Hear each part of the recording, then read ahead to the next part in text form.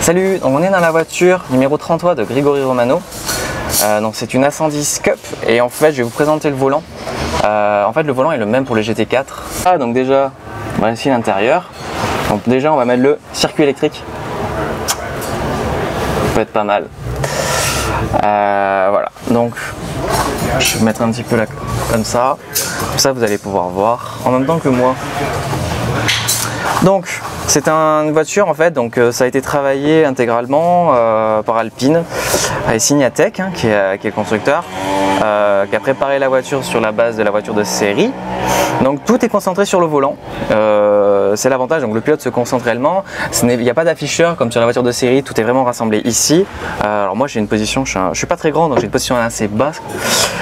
Donc au niveau de l'écran déjà, donc ici, comme un peu en F1, vous avez les diodes, qui en fait, donc les lumières s'allument jusqu'au centre, et donc ça indique le meilleur régime moteur. Quand on va très vite, les pilotes n'ont pas le temps de lire l'écran, donc en fait, ici ils ont un indicateur, et donc ça leur permet de savoir. Le N, c'est que la voiture est en mode neutre, on est complètement à l'arrêt. Voilà. Ensuite, il y a une partie qui est assez récente, j'essaie de vous montrer ça sans trop de reflets. Je vais vous mettre comme ça. Voilà, je vous mets comme ça. Ce serait beaucoup mieux. Je suis désolé pour le reflet. Voilà, exactement. Donc, ici, on a toute cette partie-là qui est liée au temps. Dans la voiture, il y a une petite cellule qui permet à chaque tour de relever les informations sur le temps. Donc là, vous avez le dernier tour. Ici, le temps de référence. Et en fait, à chaque fois que vous allez passer, imaginons que vous rentrez un peu fort dans un virage. Le prédictif sur votre dernier temps, vous allez peut-être gagner une seconde. Inversement, le virage, la deuxième secteur, la partie suivante, quand vous allez passer, vous allez rentrer un peu plus fort. Et là, vous vous rendez compte que votre prédictif, il vous annonce qu'au lieu de faire en 1 minute 58 le circuit, vous allez sortir en 2 minutes 1. Vous avez perdu du temps. À ce moment-là, vous savez qu'il faut réadapter votre pilotage de telle manière à toujours essayer d'avoir le même temps et d'être le plus régulier. Ensuite, ici, sur la partie droite, donc vous avez des informations, température de l'eau, la pression d'huile, le niveau de la batterie, la température d'huile, température à l'admission d'air et la température de l'échappement. Donc comme vous pouvez le voir, en fait, donc, quand on est en course, pas le temps de lire l'information et on est vraiment concentré sur le pilotage. Du coup, ils ont mis un code couleur. Donc vous pouvez le voir, bleu, ciel en fait, c'est vraiment que c'est un peu bas, il faudrait un peu monter la température. Vert, c'est la température idéale.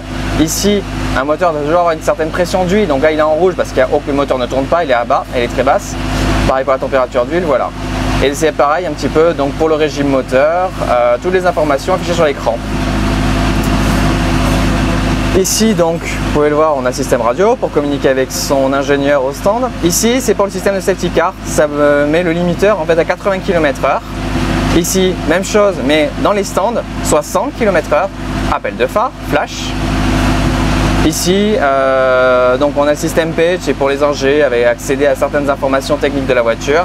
Drink, et alors ici dans cette voiture, c'est pas installé complètement, tout simplement parce que voilà, la voiture n'a pas installé sur ce système.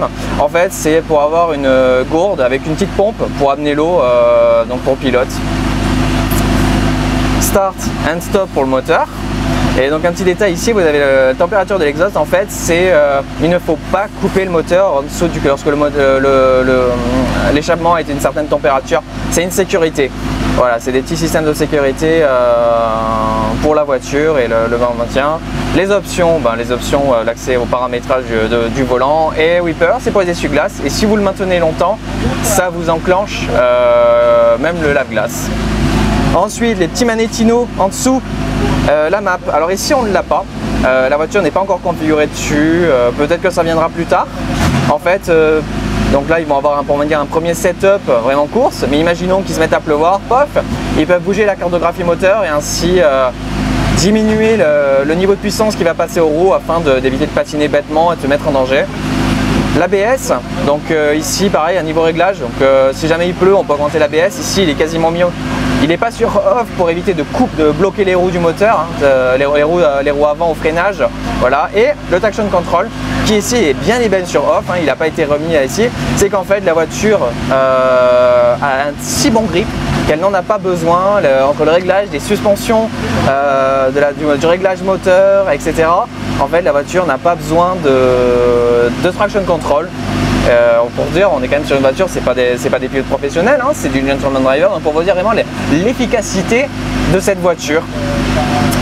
Voilà, donc j'espère que cette petite vidéo vous plaît et je vous dis à plus tard sur le circuit.